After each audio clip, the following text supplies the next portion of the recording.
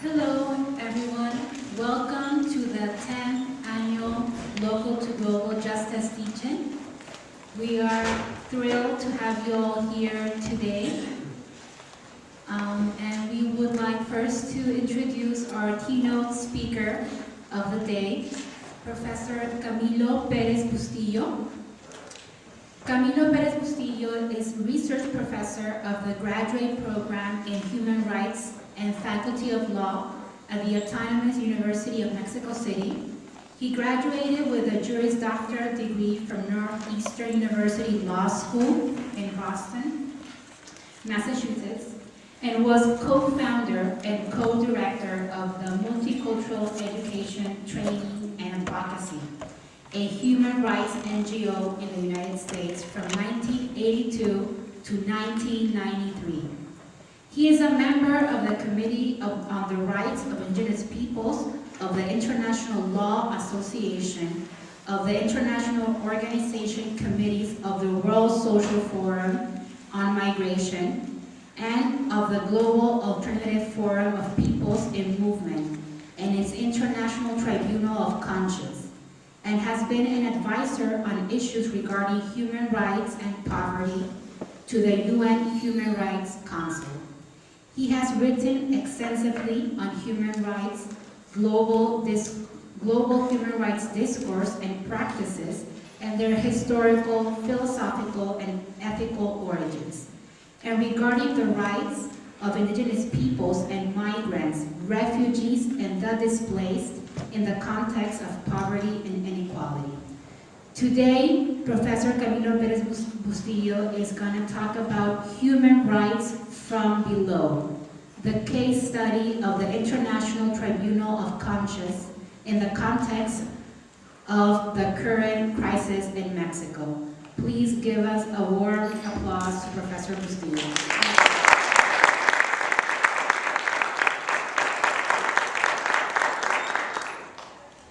It's a great honor to be here with you today. I come in the name of a collective process that is this Mexico City-based organizing committee of this international tribunal and global forum that was referred to. And I'm very, very grateful to the organizers for all their efforts. I want to give special thanks to Denise, who you just heard, to Abigail, to Kathy, to Beth, to Professors Aaron and Beth, as I said, Kim, Lacey, Gabriel, Leo, Professor Gustavo Fishman, and Sandra, who've been sheltering me. And I want to really begin with a greeting, a statement of my respect for the efforts that are reflected in the fact that we're here beginning this process of the 10th annual teach-in, what that represents, what that symbolizes, and how much hope that inspires for those of us who are working in the South. For us, this is a very important opportunity to exchange, to dialogue, and I want to make sure that we make time for that. I want to put some ideas forward that I hope will help, give shape, let's say, to that exchange. But really, for me, the most important thing is what I can learn from you. The other thing I want to mention, to give this sort of that local bridging, that dimension, is how important all of the work you've all been doing in Arizona has been to those of us in the transnational migrant rights and human rights movement over these last few months and years. Our salute, our respect to everything that you have given to that struggle. Specifically the case of Arizona, the case of SB 1070, and now 1611 and 2281, and everything else along the way. The news that we've heard recently that has really affected us, impacted us in terms of the Shawana Ford case, the murder of Brisenia Flores and Raul Flores, and the attack on that family, and everything that that symbolizes, all the different pieces that you know much better than I. I just want to state with the most humility and respect and gratitude how much we have learned from you along the way. And everything that I want to share with you is built around those premises. One place to begin is a quote from an essay by Subcomandante Marcos that was published back in 1997. Some of you may know this piece. It's been translated. It's available on the web. The English language title is 7 Pieces of the Global Jigsaw Puzzle, 7 piezas del rompecabezas mundial, and kind of in our bilingual and multicultural spirit. I want to start in Spanish with that quote, and then see where it takes us, to what extent it gives us an adequate point of departure. So the quote begins.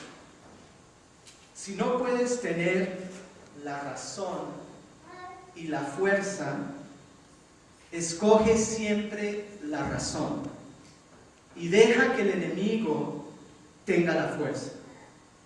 En muchos combates puede la fuerza obtener la victoria, pero en la lucha toda, solo la razón vence. El poderoso nunca podrá sacar razón de su fuerza, pero nosotros, nosotras, siempre podremos obtener fuerza de la razón. In English. If you cannot have both reason and force on your side, and it becomes necessary to elect between them, always choose reason and let the enemy have force. In many instances of conflict, force may impose itself, but in the overall struggle, only reason will triumph in the end.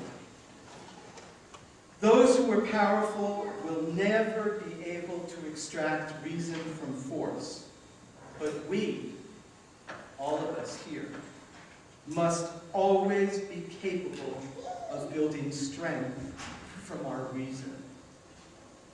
For me, this is a useful point of departure for the issues I want to share with you, the doubts, because what it places at the center is what we mean when we talk about human rights from below, which is our overall framework and our overall invitation. When we talk about human rights from below, in essence, what we're talking about is that kind of moral or ethical force grounded in our movements, that our movements construct every day, those movements that I've highlighted here that I know are present, everything that you've been engaged in these last few months in Arizona, that is about envisioning a different kind of framework for human rights. So the connections that I want to draw are between those movements and their contributions and the overall direction we need. And to talk about that at a global, at a regional, at a national, at a local level, and the ways in which these pieces fit together.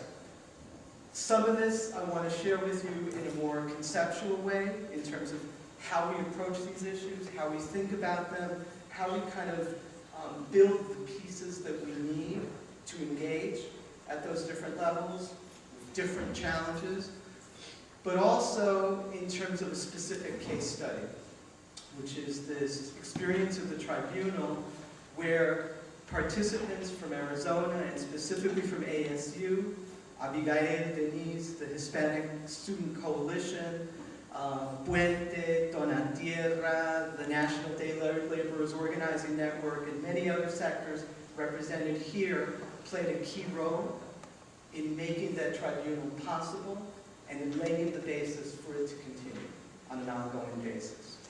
So it's this issue about moral or ethical force and its relationship to the framework of human rights. Why do we talk about human rights from below? What's the point of departure for that approach? The first step for us is differentiating, and this is something I'd very much like to hear about from you in terms of your experiences, those that are represented here, is differentiating between what we summarize as essentially two approaches to human rights. Approaches to human rights, to law, and the relationship between human rights and law and systems, structures, processes of oppression and of exploitation, like SB 1070, like the implications of 1611. When we say sort of at that first approximation that we have to differentiate between two different kinds of approaches to human rights, what we're talking about is this contrast between human rights in the service of processes and structures, systems of domination, exploitation, exclusion, and human rights and law in service to liberation. So it's domination and liberation as the two axes around which we begin to define this need to differentiate, to clarify. What do we mean when we talk about human rights? What that comes from, first, is an assumption that the way in which we conceive of law itself and of the state is as forms and systems of domination, and that that's what we need to transform. And so the question is, in terms of the ways in which we fight for human rights in our specific struggles, in our specific contexts, whether in Arizona or in Mexico or across the border the way we need to in a transnational framework, whether what we're doing ultimately serves the interests of reproducing hegemony, of reproducing domination, or of undermining it, of subverting it, and of insisting upon the need to transform it from the root and overall. When we talk about it in that way, what we're assuming is that law and human rights themselves, what we understand our rights to be, are products of social movements, products of history. Products of the history that we make through our struggles, as has been done in Arizona. And that what we're seeking to strengthen are ways of approaching human rights, ways of thinking about human rights, ways of making law and making rights that feed, that nourish, that strengthen the need to resist and to transform existing systems. This means that we have to differentiate as well, not only between the hegemonic or counter-hegemonic ways in which human rights unfolds in history, unfolds in our processes, but ultimately between issues of legality and legitimacy. And when we talk about that, I mean, one key differentiation is between the hegemonic and the counter-hegemonic, and another is between processes of domination and processes of liberation that form part of that same continuum. The next layer down is this differentiation between issues of legality and issues of legitimacy. And the ways in which these permeate are processes of struggle, in our experiences of struggle. When we talk about that, what we're referring to is, again, this insistence on rights being made by us in our movements. Rights not being given, rights not dropping from the sky, rights rising up from the ground in which we struggle and live. What we refer to then, from that perspective, is this idea that we have to also locate ourselves in streams of history, in their contexts and in their origins, as to rights and as to struggles and how they emerge. over time. What that implies is an insistence on this idea of making rights and of social movements as the actors that make them. This means what we say in Spanish, one way to refer to it is this idea que hacemos el derecho y hacemos los derechos al andar, referring to this poem by Antonio Machado that was later made into a song by Serrat, the singer from Catalonia. It's this idea that rights are made, not born. Los derechos se hacen, no nacen. What this brings us into is this reflection about history. In fact, I was struck by the number of anniversaries that we could draw on today, specifically as examples, as ways of engaging that history in this reflection I'm seeking to share with you.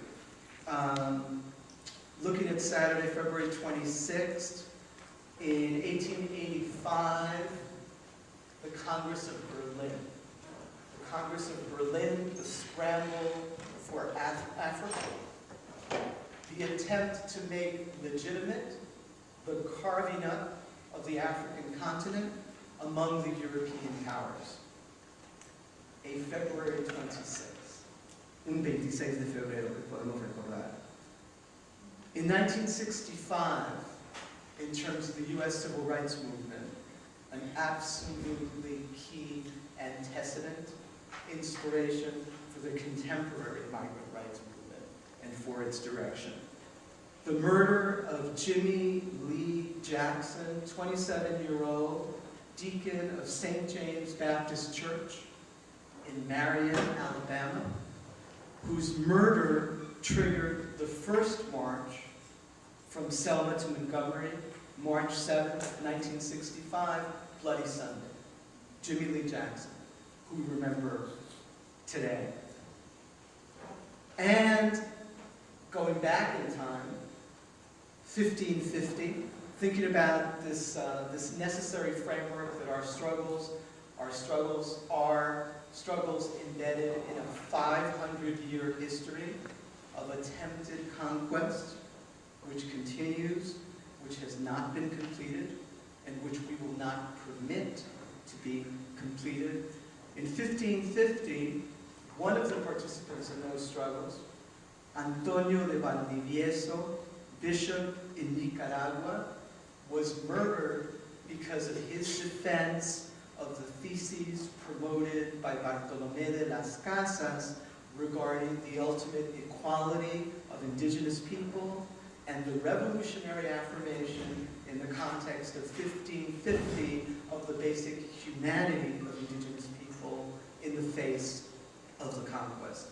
Simply 3 random anniversaries on February 26th that might serve us as continuing threads for this kind of reflection.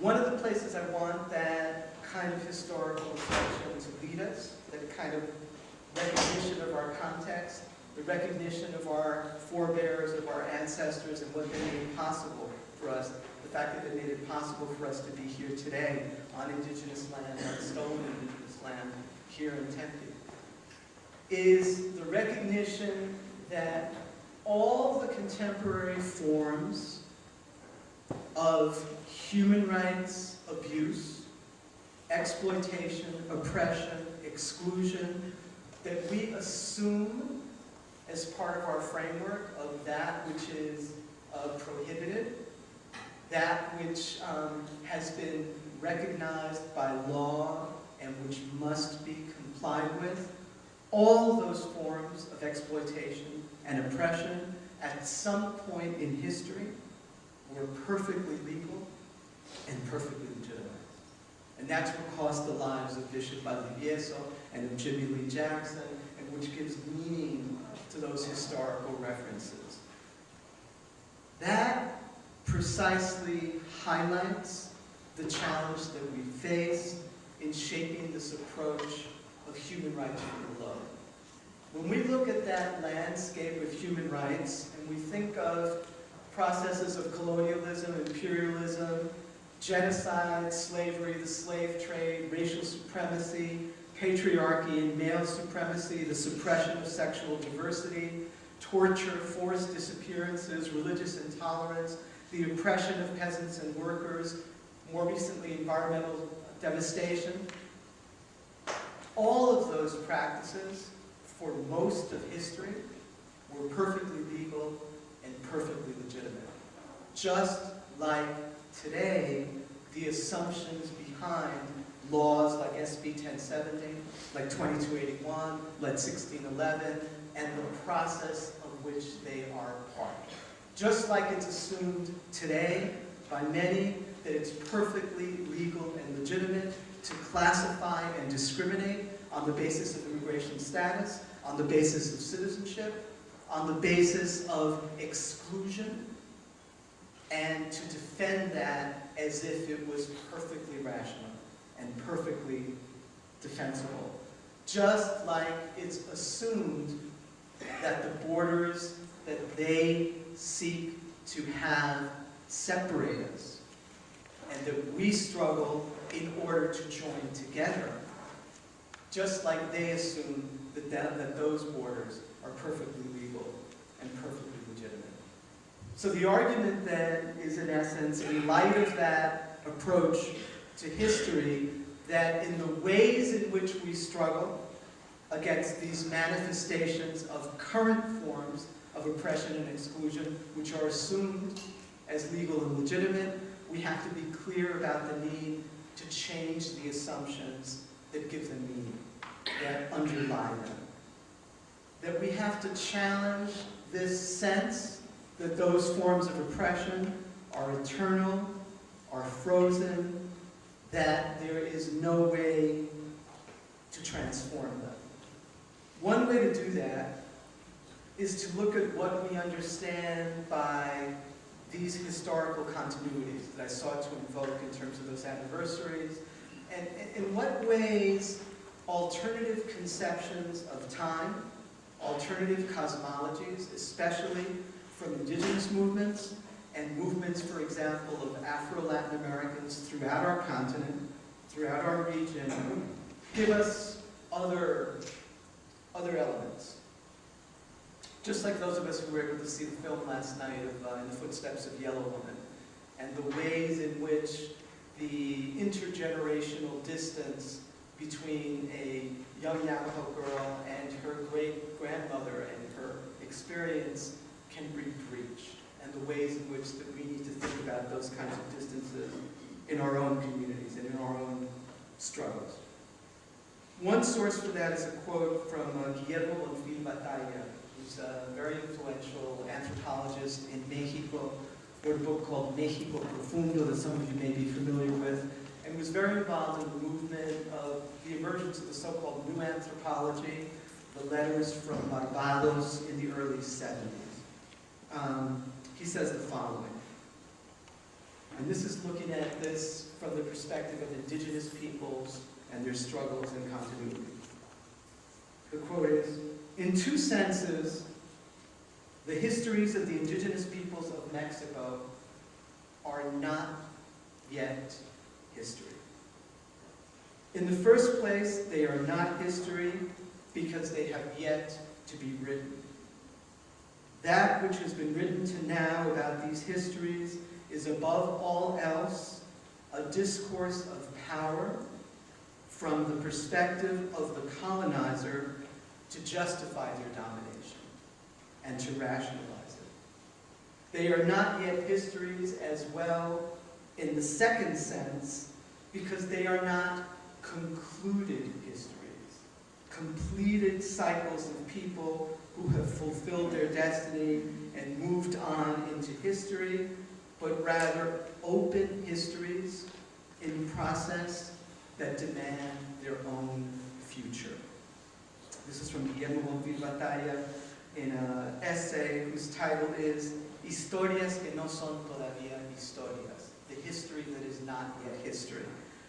That is the driving inspiration for us as we build this framework regarding human rights from below, in terms of how we approach history and the way in which history is reflected in our struggles. What this ultimately implies is the need to reconceptualize our notion of rights, of human rights, from the perspective of the demands, of the movements, of those affected by violations of rights. It means reconceptualizing and redefining what we understand by rights and what we understand by notions of citizenship, of democracy, of states and nation states, of statehood. It's those concerns that led us to create this International Tribunal of Conscience and the global forum, the global alternative forum of peoples and movement that were referred to at the beginning. That's why we look at that tribunal and that forum as case studies, as spaces for learning and building this approach and looking at what it implies over time. When we talk about tribunals of conscience, this international tribunal builds on a tradition. It's the tradition that drew first on the Nuremberg tribunals after the Second World War, and that led to the creation of the Russell Tribunal, what was known as the Bertrand Russell Tribunal, in the mid-1960s, particularly between 1965 and 1967. The Russell Tribunal was one of the first concrete expressions of this tradition of tribunals of conscience that we've drawn on for this recent experience. That tribunal then developed and has a successor, which is known as the Permanent People's Tribunal. And so what we've been trying to do in terms of the International Tribunal of Conscience has been to apply those experiences and that learning from those moments, the Russell Tribunal and the Permanent People's Tribunal, to the need for a transnational migrant rights movement, responding to situations like Arizona, but regionally and throughout the world. The tribunal that we organized began in October in Quito, Ecuador. That was its initial session, and then in Mexico in November. It's the first tribunal of conscience of its kind to focus specifically on issues from the perspective of migrants, refugees, and the displaced. We seek to approach those issues from an integral perspective, a perspective that tries to break down the fragmentation and the compartmentalization, the tendency towards specialization in human rights advocacy, especially human rights advocacy in a hegemonic mode, which seeks to look at struggles as decontextualized from each other, and that creates these boxes where immigrant rights advocates are in one corner and refugee rights advocates in another, and advocates for the displaced yet somewhere else. That's from whence came the concept of pueblos en movimiento, peoples in movement, as an effort to try and stress the convergences among these experiences, among these movements, and among these demands. So that's one of the first layers where we began to think about creating the tribunal, growing out of these previous experiences of tribunals of conscience, and sought to kind of bring that down and make that connected to what was going on around the world, looking at experiences like Arizona, but also their broader implications. We felt that approach, stressing convergences, was absolutely key.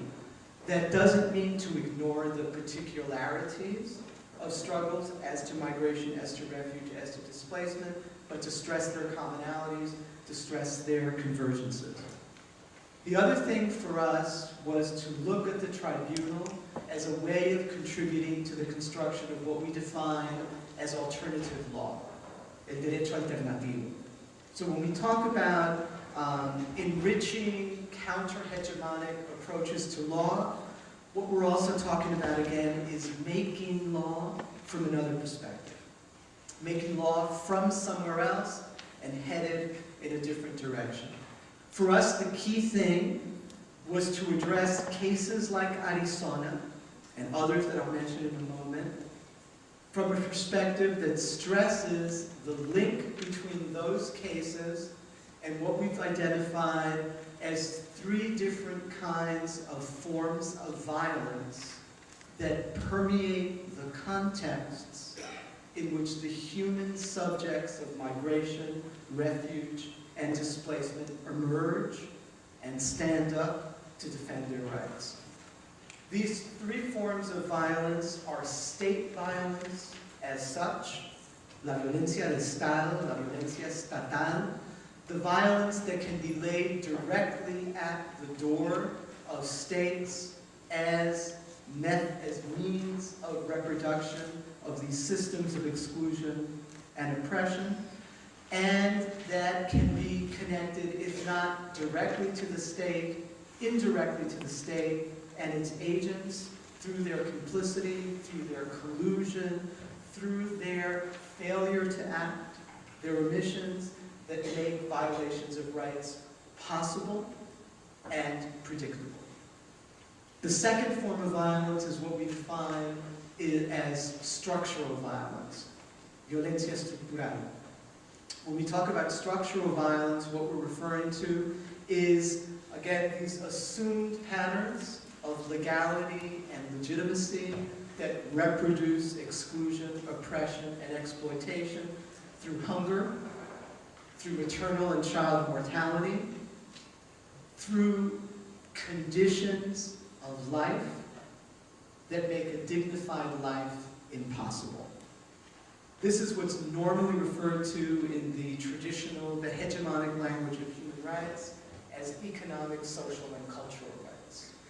So we're looking at those conditions of life that make dignity impossible, and as has been described by indigenous community-based advocates in the state of Guerrero, in the region known as La Montaña, that make the issue of migration shaped around only 2 possible alternatives: migrar o morir, migration or death, because the reproduction and sustainability of life is impossible in the communities of origin from which people are driven by what we insist, from this perspective, have to be described as processes of forced migration.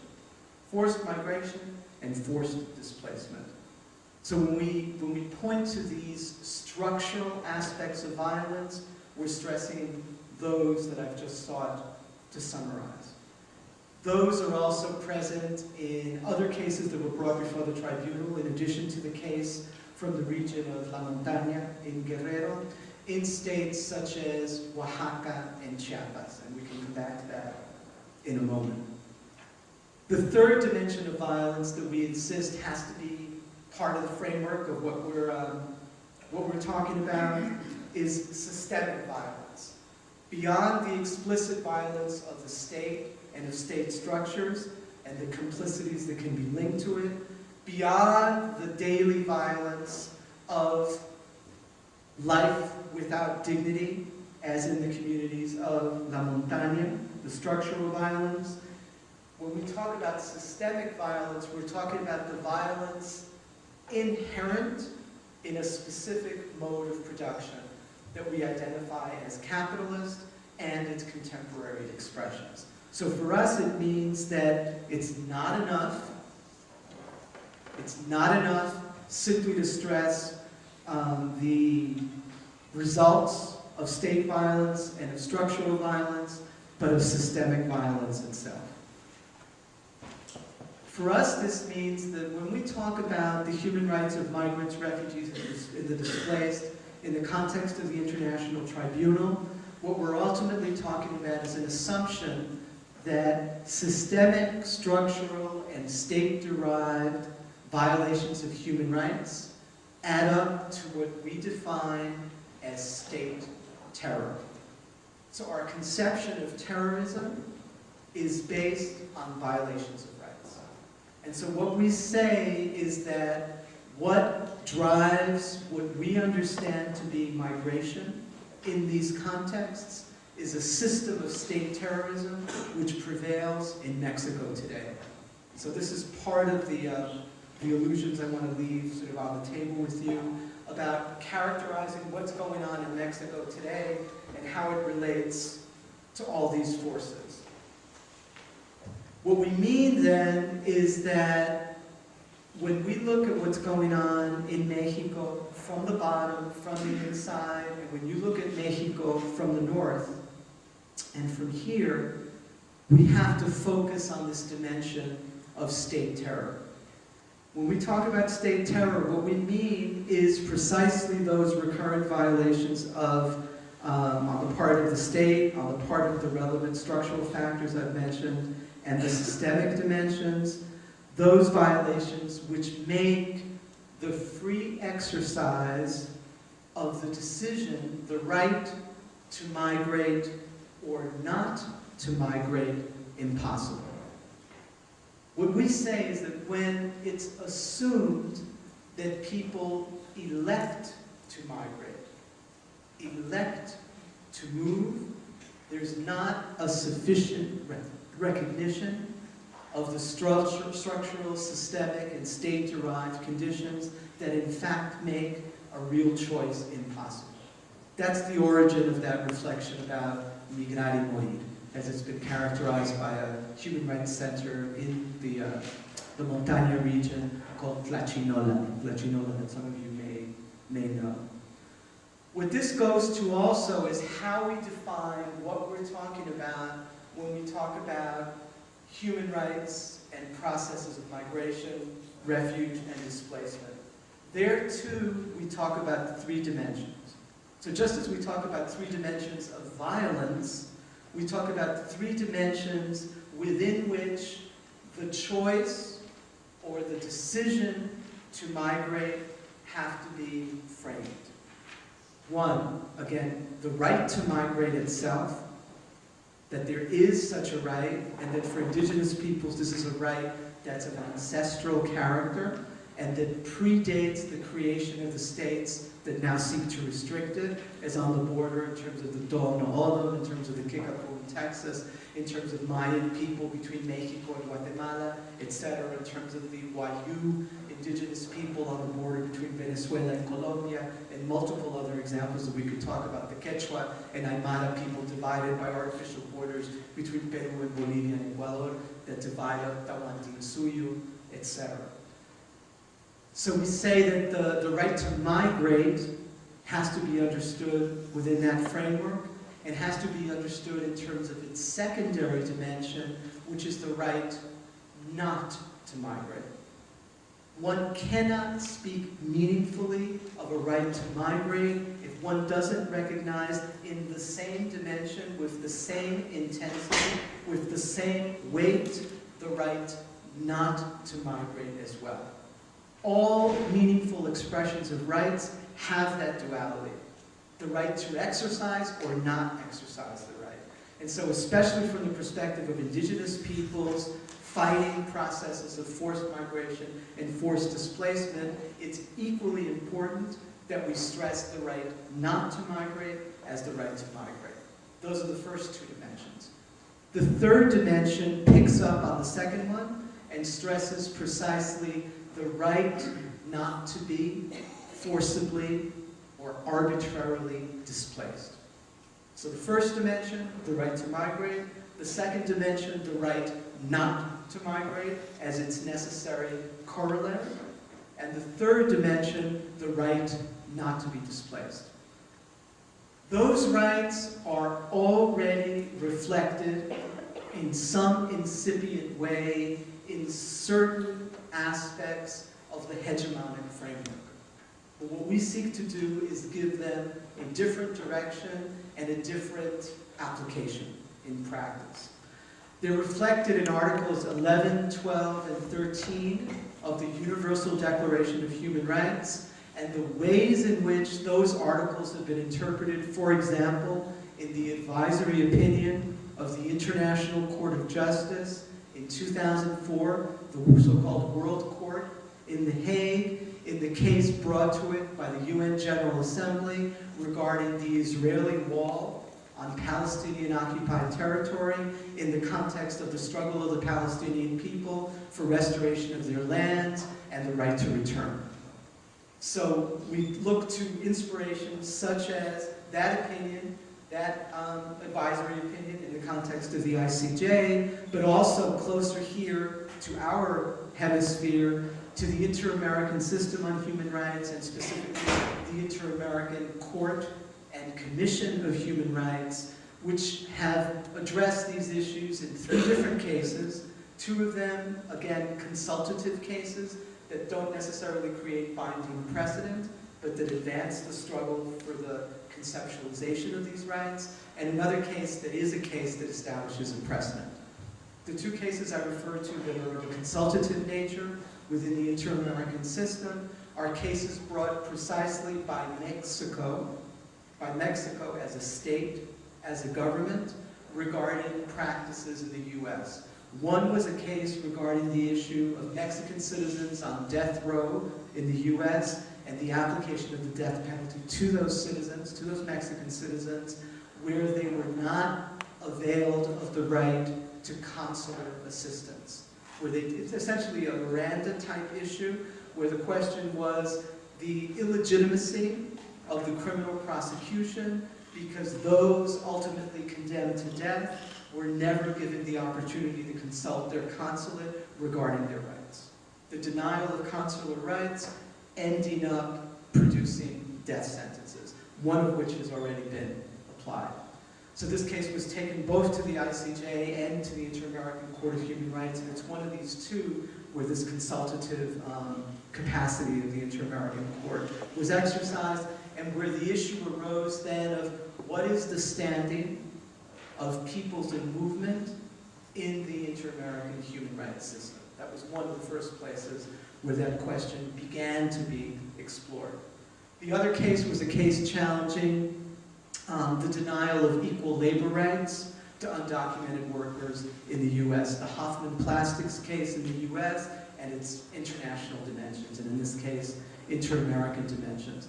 The Hoffman Plastics case went up to the Supreme Court. Many of you may be familiar with it. Essentially, the essence of that case is about the denial of equal labor rights, the fact that reprisals are permitted for protected organizing activity if that organizing activity is engaged in by undocumented workers. And so there was an attempt to, let's say, challenge that premise adopted by the Supreme Court before the Inter-American Court by the Mexican government in this other consultative process. And there again, this question was explored about what are the classifications that are permissible or not under Inter-American human rights law between documented workers and undocumented workers.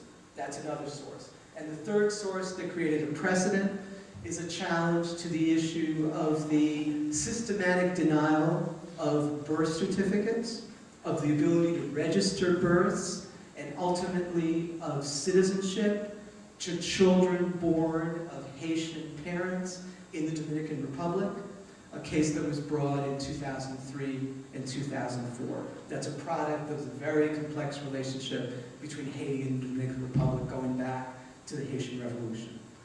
And in that case, a precedent was set in terms of the interpretation in the Inter-American System of what it means in the Universal Declaration to talk about the right to freedom of movement. Where we go with this, then, is stressing these 3 dimensions of the right to migrate, the right not to migrate, and the right not to be displaced, and what was developed in those cases that I just mentioned in the context of Mexico and Mexicanos in the U.S. as to unequal labor rights and as to the right to consular assistance for those facing the death penalty. And then finally, as to the status of the children of Haitian parents born in the Dominican Republic and whether or not They have the right to register their births and to opt for Dominican citizenship and so on. Those are the kinds of directions which have begun to give substance to the recognition of what the tribunal has stressed from the beginning, which is the recognition universally of a right to freedom of mobility. The right of human mobility as a human right, to be recognized throughout the world. This draws on contributions of, again, grassroots movements throughout the region and throughout the world, and the ways in which the policies and processes that exclude and that oppress and that exploit peoples in movement have tended to follow the same pattern throughout the world since 9/11. So what we talk about from that perspective is that a new global paradigm has emerged of recurrent walls throughout the world, where three key characteristics are shared by similar practices, which end up producing laws like 1070 and more recently 1611 and its equivalents. The first of these is the subordination of migration policies to the supposed imperatives of the so-called war against terror and of the so-called war against drugs. And the ways in which those, in turn, will lead us in a moment to talk a little bit in conclusion about what's going on in Mexico and the challenges it poses. So when we talk about the subordination of issues of migration policy to the supposed imperatives of national security, of the war against terror, of the so-called war against drugs, what we say is that that produces necessarily the militarization of borders and the criminalization of the human subjects, the human participants and protagonists in processes of migration, refuge, and displacement. The other two expressions of those overall tendencies of militarization and criminalization are what we describe as regionalization and externalization of these migration policies under this new paradigm post 9/11. A paradigm which has been generally applied throughout the world, globally, regionally, nationally, and locally, as you know only too well here in Arizona. When we talk about regionalization, what we are referring to, for example, in terms of Mexico and its interrelationship with the US, is the way in which it's not just Mexico's northern border which has been militarized as an expression of this overall paradigm, but it's also Mexico's southern border and borders on the Caribbean and the Pacific, and Mexico's relationship to the rest of the region and the rest of the world, which have been equally subordinated to the same supposed imperatives. That's the regionalization of these policies. And it's exactly what happens when we look at the current crisis in Mexico in terms of the rights of migrants in transit, primarily from Central America, but also from the rest of Latin America, from the Caribbean, and the rest of the world. It means the imposition of the same assumptions of militarization and of criminalization within Mexico to those migrants in transit, imposed by imperatives derived from the north, imposed on the south, that mean that the US border, in effect, and its policies is extended throughout Mexican territory, and that the border is no longer at the Rio Bravo, it's now at the Rio Suchiate that separates Mexico from Guatemala. And then it's driven further south, all the way from the border between Mexico and Guatemala, in the form of the same policies, the same processes of exclusion that we refer to as militarization and criminalization through regionalization all the way to the borders of Colombia.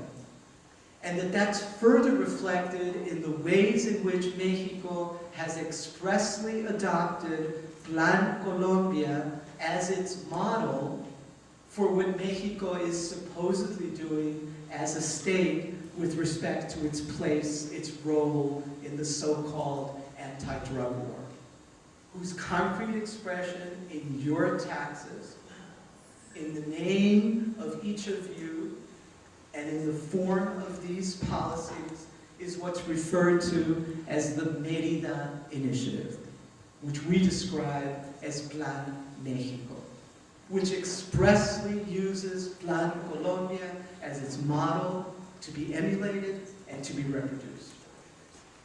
This all reflects the national security complement, equivalent to NAFTA, to the North American Free Trade Agreement, which is the North American Agreement on Security and Prosperity from 2004 and 2005, which is what has given a context, given a shape to the Mérida Initiative, Plan México. This is what we refer to in terms of regionalization, the U.S. border moving again from Mexico's northern border to its southern border, and from its southern border to the borders of Colombia. The connection between them is CAFTA and the so-called Mesoamerican project, which is the continuation of Plan Puebla-Panama.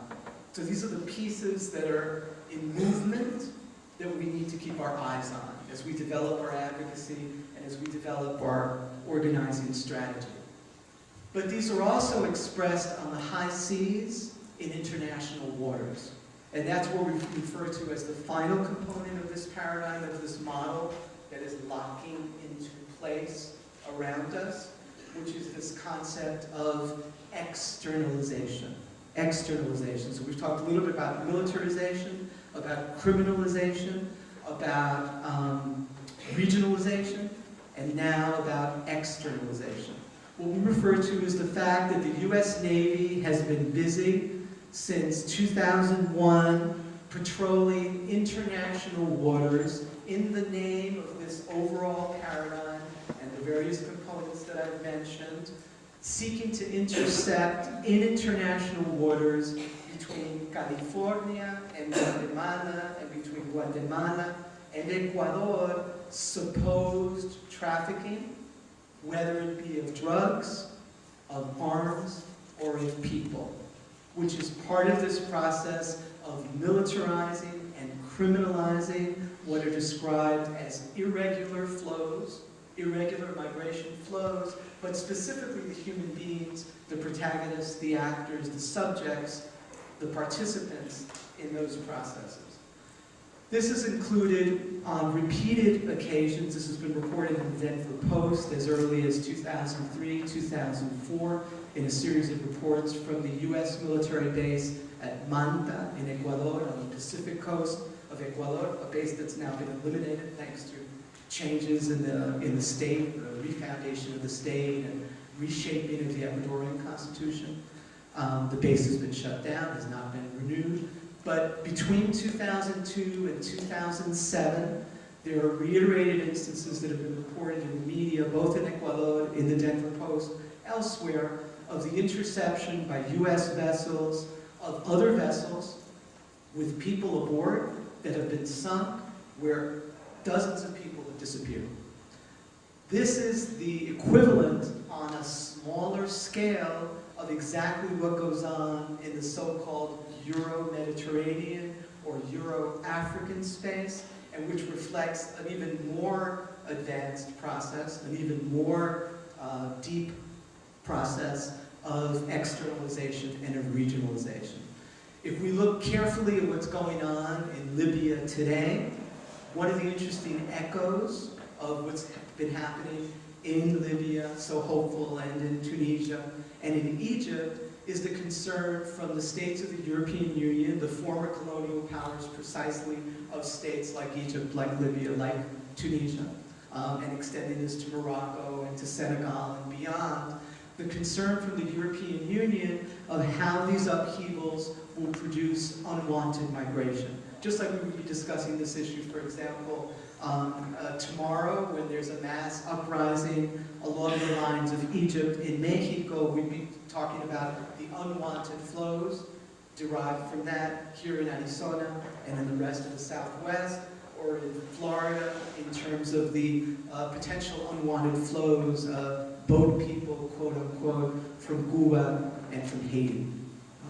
So in Europe, the equivalent of this on Europe's periphery is what's being looked at if you follow the coverage in the Italian media about what's going on in Libya, since Libya was formerly an Italian colony, and since Libya has entered into bilateral agreements with Italy to stem these flows that reproduce exactly the agreements I alluded to in the framework of NAFTA and of the North American Security and Prosperity Agreement and the Merida Initiative and the emulation of Plan Colombia, the agreements of collusion and complicity between the Mexican state and the U.S. to stem the flows from Central America and from the rest of Latin America.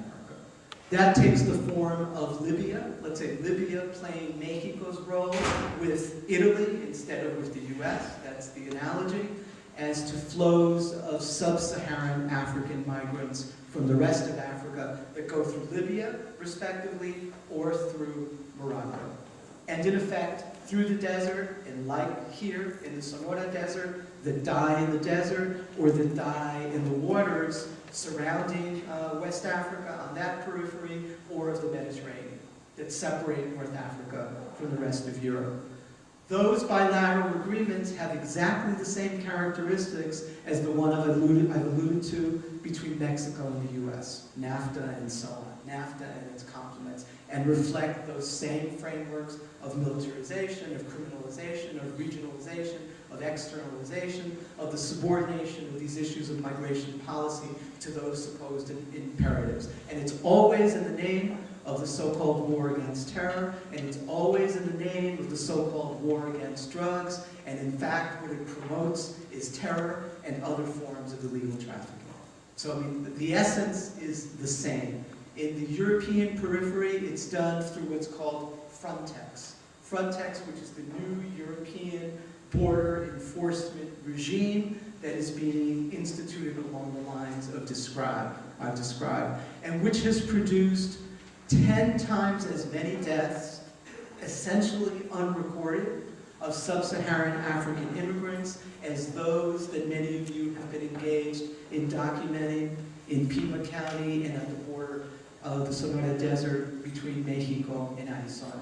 The same deaths, when we say no more deaths in these deserts and in these spaces, we also have to raise the cry of no more deaths in that space between Europe and Africa, which reflects exactly the same policies and the same imperatives. So when we talk about state terror, that's what we're referring to as well. The expressions of these policies and their concrete consequences.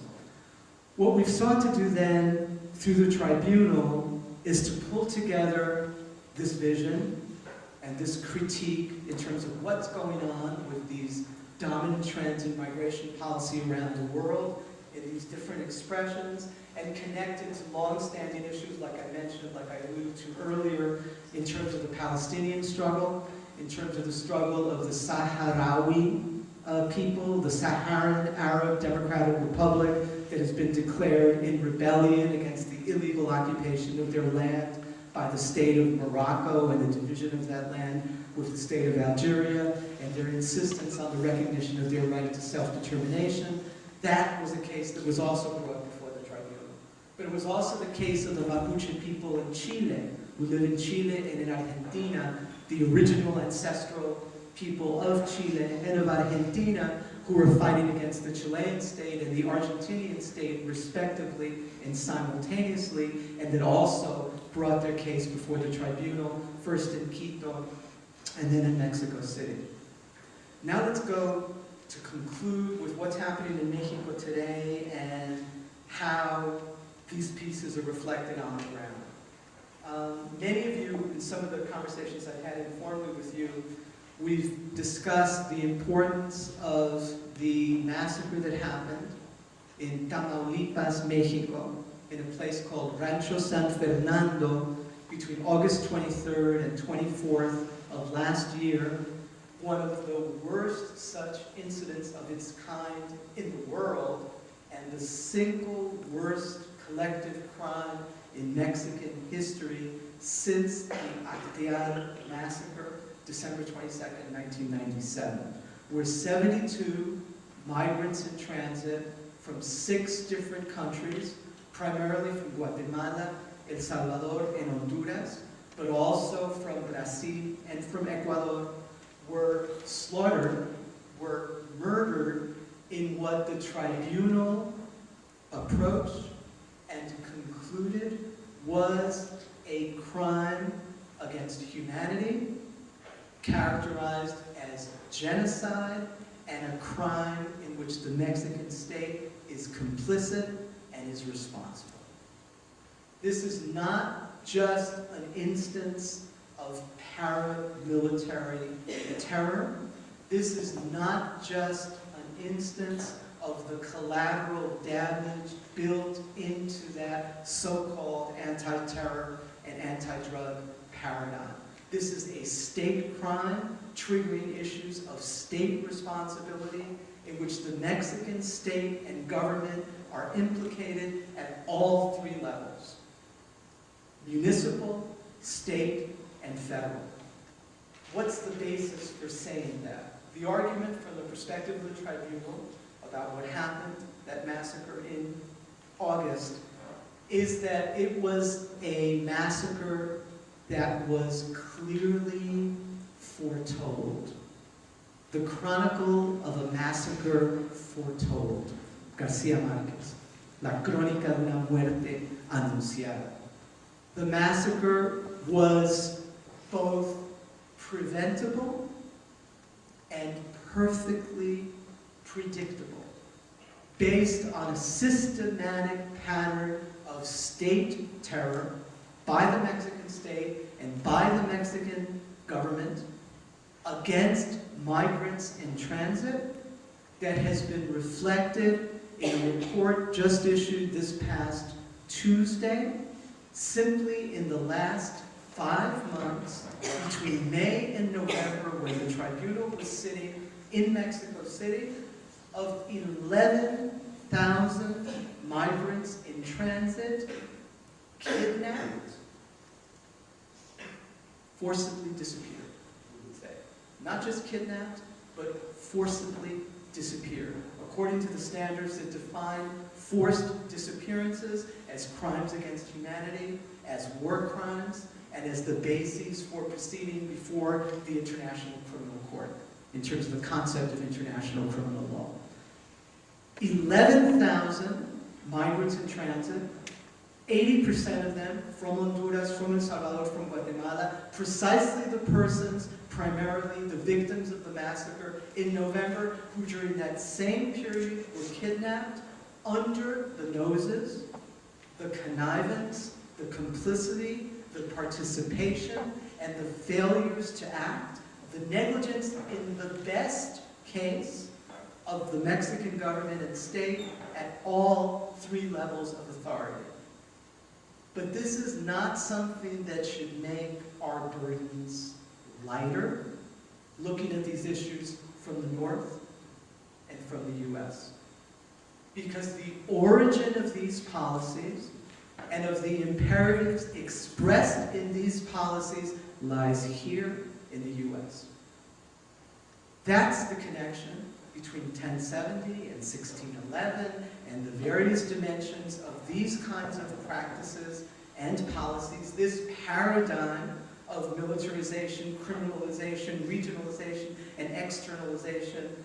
This is the necessary cost of those policies, those 72 deaths. And those 72 deaths have to be laid at the doorstep not only and not just of the Mexican state in all of its dimensions, but at the levels of U.S. policy and of our complicity in U.S. policy if we do not rise up to denounce and to struggle against it. Because when we're talking about crimes against humanity, and when we're talking about genocide, and when we're talking about state crimes, they trigger precisely the Nuremberg principles in terms of complicity. Once you have knowledge, or the ability to obtain knowledge about such crimes, and you do not act, you are equally culpable for failing to act. And that applies to us in Mexico and in the countries of origin from which this migration flows, which of course is the result of processes of US-imposed state terror throughout Central America in the 1970s and the 1980s. That's why the migration has that rostro, that face, from El Salvador and from Guatemala and from Honduras and Nicaragua. But also because it's our policies here in the US that are exporting these imperatives and these mechanisms of state terror and reproducing them on the ground in Latin America. Now, what's the basis for saying that there's Mexican state complicity? Quickly. When we talk about these 11,000 cases of kidnappings, we're talking about 214 mass kidnappings of 50 migrants in transit or more within a 5-month period. Under the noses, with the connivance, with the complicity of the Mexican government. Let's think about what happened in August in Tamaulipas in terms of the massacre. Tamaulipas, for those of you who know Mexico, is an hour, where the massacre happened, is an hour and a half from the US border. It's a border state. It's the single most militarized state in Mexico.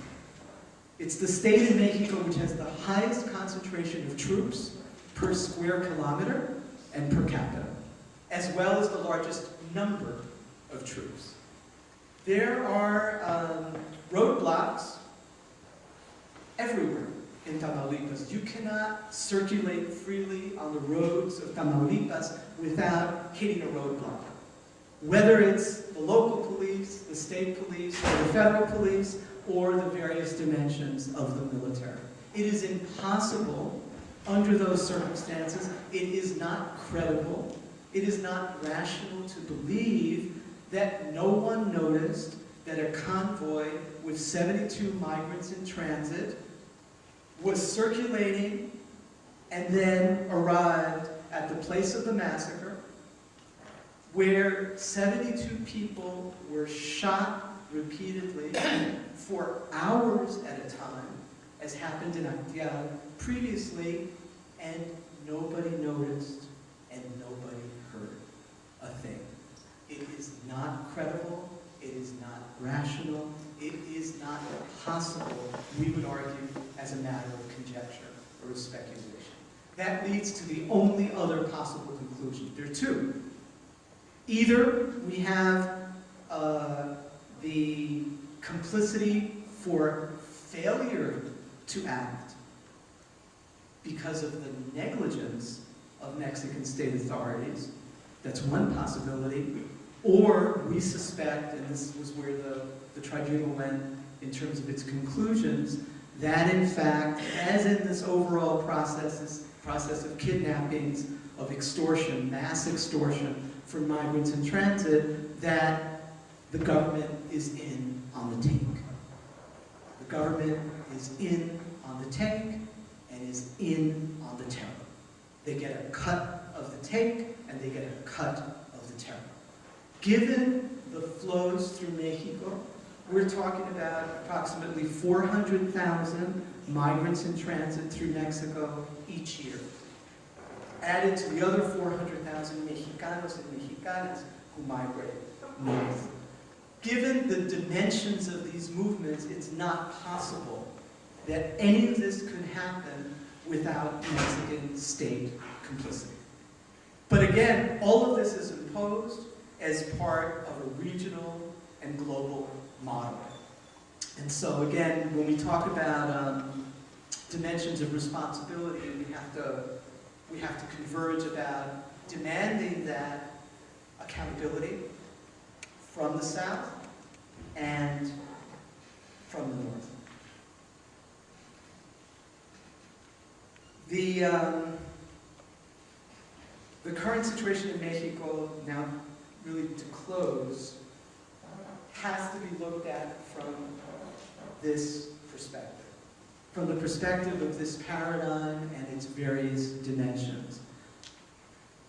One of our most difficult tasks, as to which we need your assistance, your participation, as to which we need to build much stronger channels of solidarity, is dismantling the assumption, challenging the assumption in public opinion here in the US and in the media that what's going on there in Mexico is a war against drugs. Part of this has to do with what is normally referred to, especially in Mexico, as the concept of Colombianization. And I say this as somebody whose roots are in Colombia, as a Colombian, who knows a little bit about what Colombianización has meant on the ground in Colombia. When we talk about the Mérida Initiative being modeled on Plan Colombia, this is what we're talking about. What were the lessons for Plan Colombia in Colombia, and what can we project about what's likely to happen in Mexico? What has Plan Colombia produced in Colombia? An increase in drug production, an increase in drug trafficking, an increase in drug-related terror, an increase in overall militarization, an increase and intensification overall of human rights violations, and the forced displacement, going back to the issues of migration, refuge, and displacement, of between 4 and 5 million Colombianos and Colombianas. Primarily Afro-Colombianos and Colombianas, and people of indigenous origin in Colombia. None of this is coincidental. Plan Colombia is a project of domination that responds to the same imperatives that drive that other paradigm that I was seeking to describe previously. That is exactly what we can expect in terms of the contours and configurations of its implementation in Mexico. Most of this is being done through US military assistance, but it's also being done, for example, by the presence of US agents like Jaime Zapata, who was recently murdered on the road between Mexico City and San Luis Potosí 2 weeks ago, which has now produced this upcoming summit next Thursday, where President Calderón is flying into DC to meet with Obama, to figure out what comes next. What comes next is what they understand Colombianization to mean, in terms of those dimensions that I sought to summarize for you. What we have tried to stress from the perspective of the tribunal and of the movements that are seeking to engage with these issues in Mexico, we're busy seeking to construct a grassroots movement against militarization and state terror. That's how it's described. A movement against militarization and state terror in Mexico to challenge these presumptions that we see in public opinion and in the media in the US and elsewhere. And what we're seeking to say is that the murder of Zapata, of Jaime Zapata, this agent from ICE in Mexico, the question is, what was he doing there, and why was he doing it, and in name of what, and where is that headed? No? This is like being looked at as now the contemporary equivalent of the Camarena case that some of you may know from back in 85, 86. We have to ask ourselves what's going to be in play when Obama and Calderón meet next Thursday, March 3rd, and how are we going to respond to that? And what are the next stages of all of this? Essentially what we're talking about is precisely what produced the San Fernando massacre. This is where all of the different strands in some way come together. The San Fernando massacre represents the materialization in Mexico, the concrete expression of what Plan Colombia has meant in Colombia.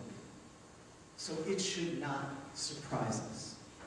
As much as we are struck by its horror, we should not be be surprised. It was predictable. It was clear that things were leading in this direction, and it's clear that as long as the current framework of the policies I've described continues to be in place, there will be other such massacres soon and in the future. But what's the specific characteristic of San Fernando that especially has powerful echoes when we talk about the concept of Colombianization and what it means? Well, what it leads us to is to stress another, otra colombianización, another Colombianization that is much less talked about, much less discussed when the lessons of Plan Colombia are put on the table. It's the Colombianización that means that as a result of Plan Colombia, most human rights violations in Colombia today are not the result of the acts or failures to act of agents of the state violence, but are in fact the result of narco-paramilitary groups with which the state is complicit, and which are embedded in state cooperation, created by Uribe and by his successor, Santos. This is the missing link between what happened in Rancho San Fernando, in Tamaulipas in August, and where things are headed right now. The massacre has been laid at the door by the government of the Zetas, which is a paramilitary group based in some of the most elite sectors of the Mexican military, originally trained supposedly to combat drugs, who have now become the armed wing of the narco-traffickers that are most powerful in the Gulf area. These are the so-called Zetas. These are precisely along the model of the narco-paramilitary groups in Colombia, primarily responsible for human rights violations there over the last 10 years, since Plan Colombia. So this is the materialization of the consequences and implications of Plan Colombia on Mexican territory. That's what Rancho San Fernando is about. And that means this connivance, not just with the Mexican state, but between the Mexican state and the US. So I know time is running out, but just to leave us with that thought, that Rancho San Fernando is the expression of these overall trends and what they mean. The other aspect I just want to close with is the invitation that you join us in this International Tribunal of Conscience. We want to continue to work with you here in Arizona to continue to develop these critiques and what we need to learn from each other. Muchas gracias.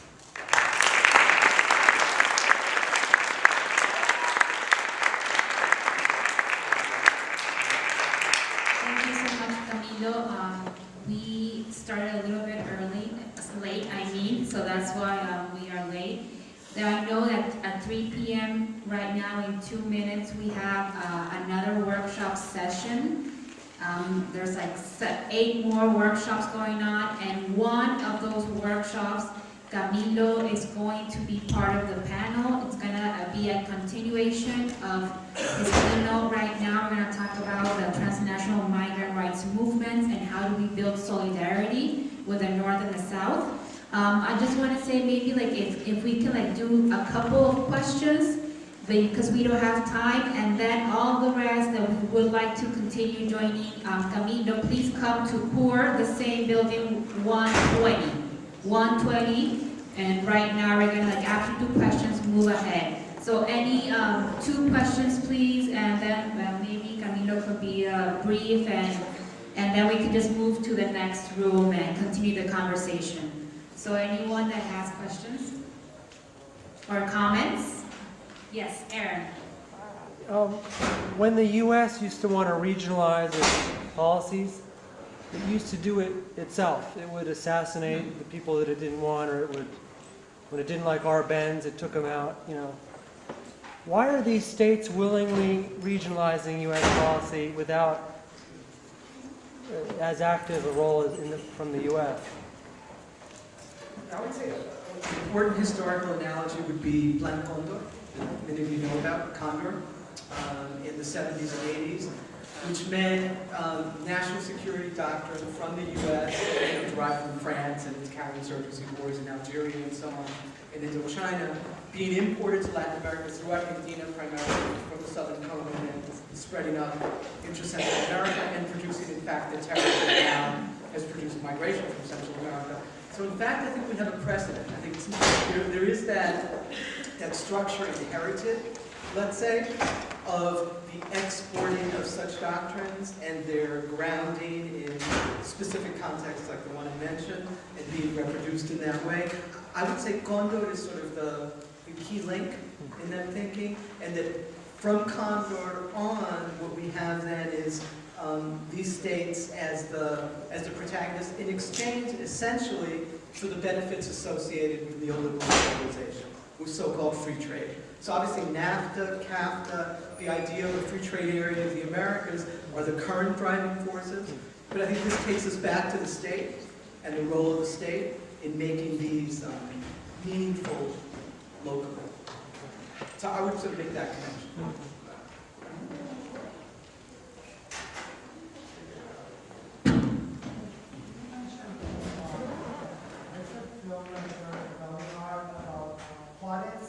Yes. Would you be saying that the Mexican government is actually with the drug pushers that are driving Juarez and the human rights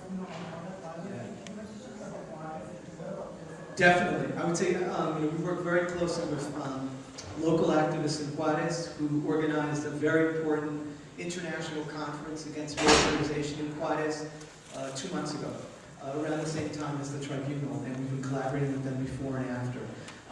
Their argument is the following, just as I said in terms of Colombia, drug trafficking, drug production, drug consumption, drug-related violence has increased in Juarez rather than decreased at the same time as the drug war is supposedly being fought on its streets. There's absolutely no coherence, no rational. There's no rational relationship between the stated policy and its results.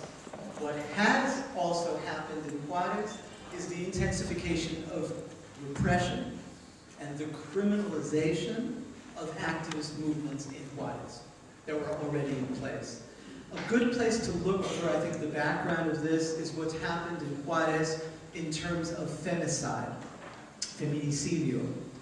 The issue of the women systematically murdered in Juarez over the last 15 years, which has then created a pattern which has been reproduced of terror against women, particularly women who work in the maquinadores, that's where the process began, and the ways in which it's always been clear that there was state complicity in that process of terror against women. That now has been applied to the drug context. So it began with women workers in the maquilas, terror against women, femicide, and now it's in the context of the drug war. But it's all related to the same underlying pattern. The most disturbing thing about Juarez is Juarez has become the pilot project, the sort of laboratory test for the Mexican state and military to apply the practices of counterinsurgency developed elsewhere in Latin America, like Colombia, like the Southern Cone, like Central America, on Mexican territory. What they seem to be preparing for is a scenario maybe kind of like what we're seeing now in Libya and Tripoli, of fighting in the cities, related to all of the pent-up struggles that have not been adequately addressed in Mexico. So Juarez is much more about that, much more about militarization, about criminalization, about terror against activists and social movements, and about terror against women, than it's about anything that has to do with the so-called drug war. Juarez is something else. I have a question about the tribunal in particular. There's this author, well, she's an activist, indigenous woman activist, who co-authored a book on Paradigm Wars. Ah, yes. And Dickey argues that the indigenous people are engaging at the UN in really a paradigm war, arguing out of